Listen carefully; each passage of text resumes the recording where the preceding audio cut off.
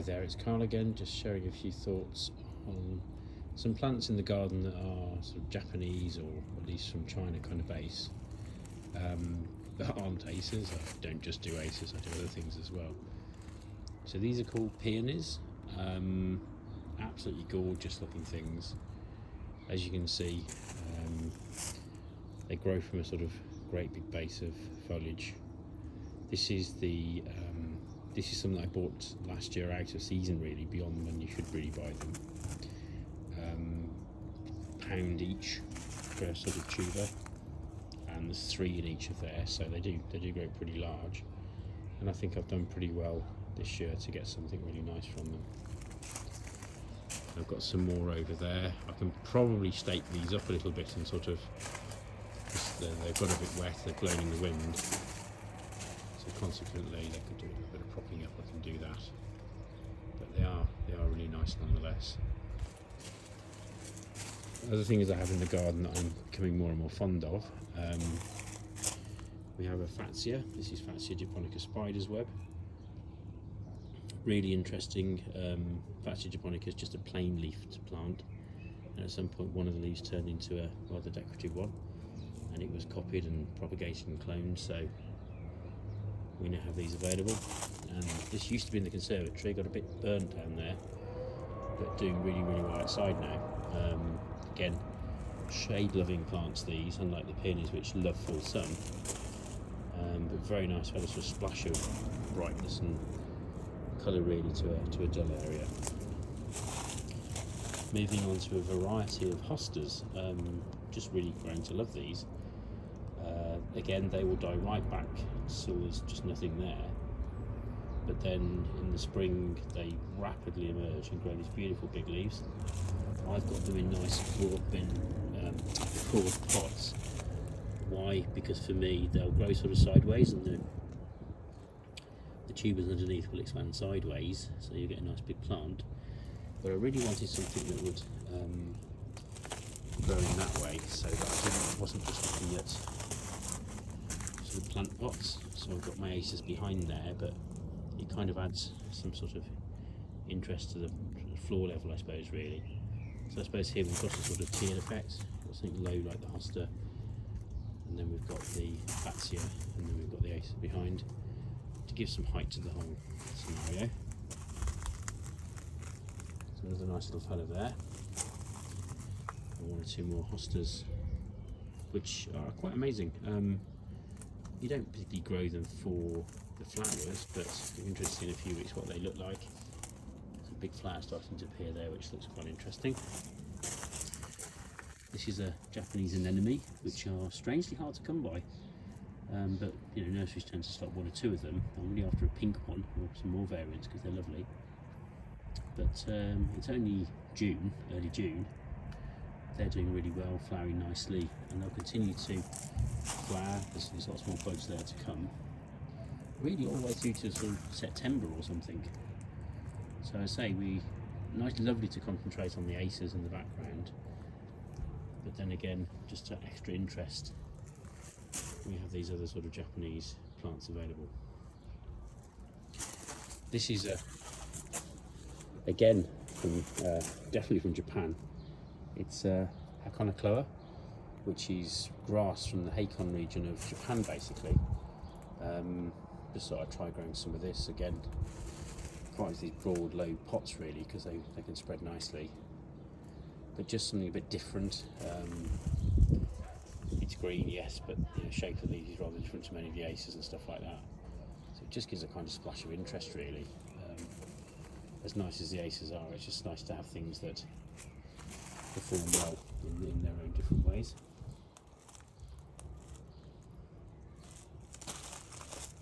Oh, you nearly missed this one. So this little fella here again is a hosta, sort of little label in the bottom there, but as I said, quite interesting leaf shapes and colours, and it's kind of blue coloured really, which is lovely.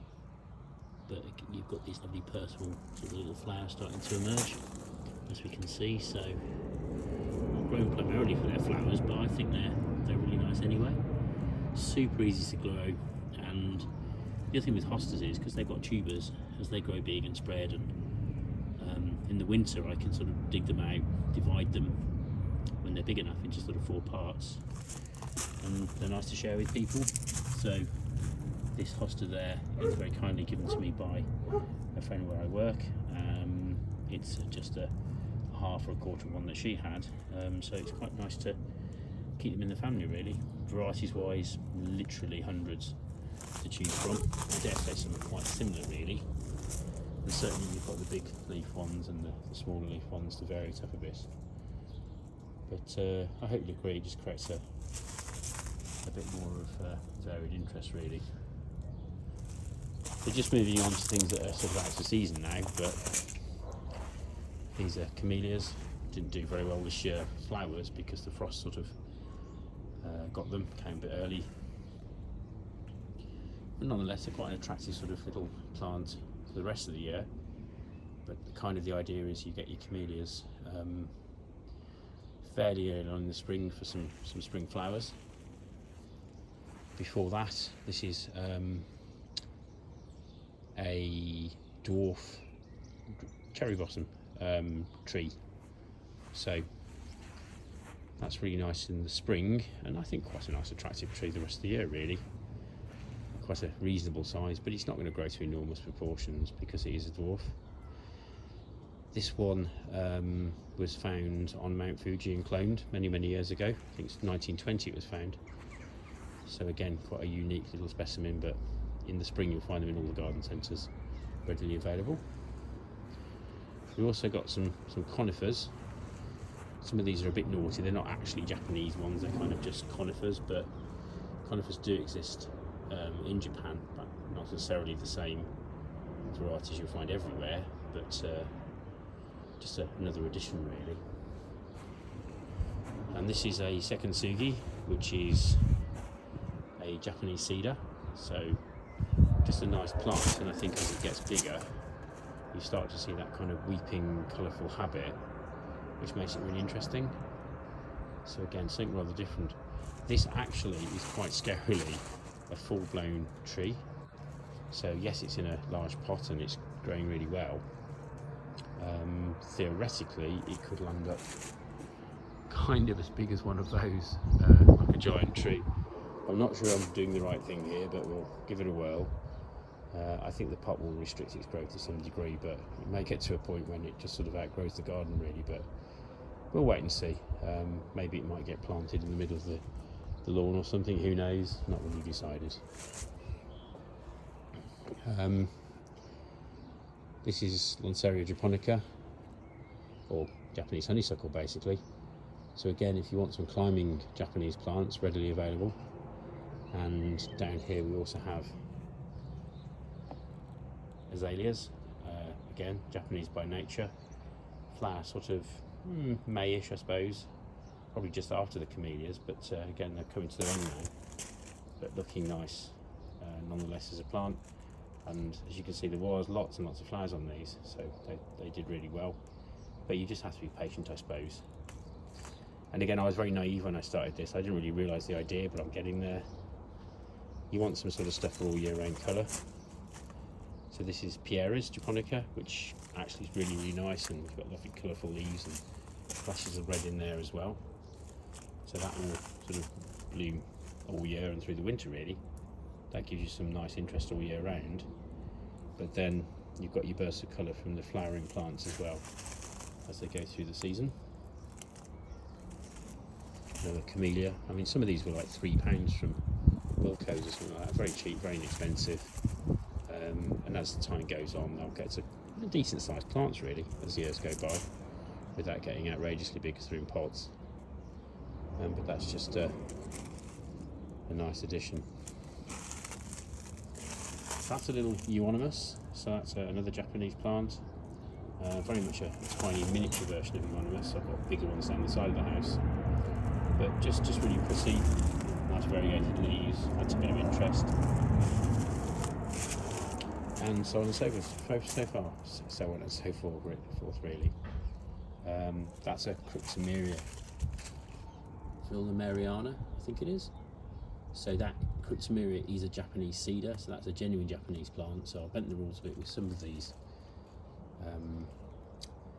kind of conifer trees, but they look nice, so why not? That's a funny one called Spiralis. You can probably just see the rather strange spiral ones. And again, that is a genuine Cryptomeria. So stick it to the walls there. And finally, we've got some more honeysuckle Monstera. That one's sort of made it part way up the archway. This one's doing much better. So who knows, perhaps a lot of the position where it is, just the species being different. That one's grown a lot more. I've recently cut some of this back on this side and hopefully it'll encourage it to go skyward really and cover the arch.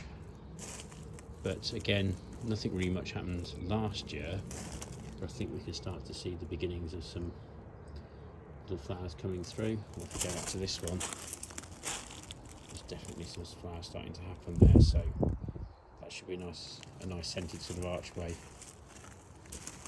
to walk through. So that's sort of roughly what we're doing. Again, I'm just trying to sort of add a bit more interest than just aces all the way. That's my temptation, just to have aces. But adding that little bit of interest really, and varying things up a bit. Some things flowering as the year progresses, some things just offering some year-round interest.